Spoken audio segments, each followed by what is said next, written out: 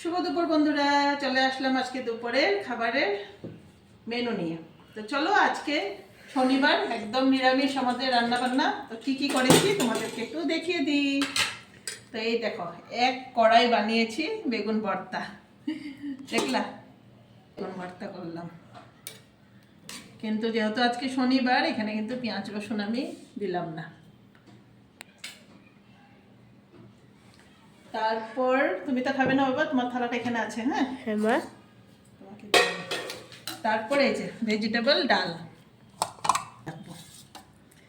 এই যে ভেজিটেবল ডালের মধ্যে আমি দিলাম ভাত করলা, তারপর আলু, তারপর গাজর, তারপর সয়াবিন, এগুলো দিয়ে ডালটা করলাম। এদিকে দেখো, পরে পরে যাচ্ছে কিন্তু। এই আমার ভেজিটেবল ডাল। তারপর করলাম এই যে, বলতে গেলে সয়াবিন রান্না করেছি, কিন্তু সয়াবিনটা যেহেতু আমার বাচ্চারা খেতে পছন্দ করে না, তাই কোফতা করে তারপর রান্না করলাম। এই যে সয়াবিনের কোফতা করে আলু দিয়ে রান্না করলাম, সয়াবিনের কোফতা কারি। তারপর আছে ওই যে তোমার সামনে, দিয়ে দেখো, পনির।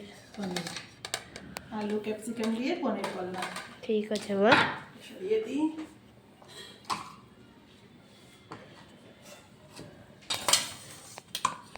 আলু ক্যাপসিকাম দিয়ে পনির।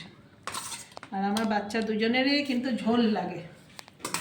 ওরা ডালটা এতটা পছন্দ করে না, কিন্তু ওরা ঝোল খুব পছন্দ করে। তার জন্য আমার সব সবজিতে একটু হলেও ঝোল দিতে হয়। এই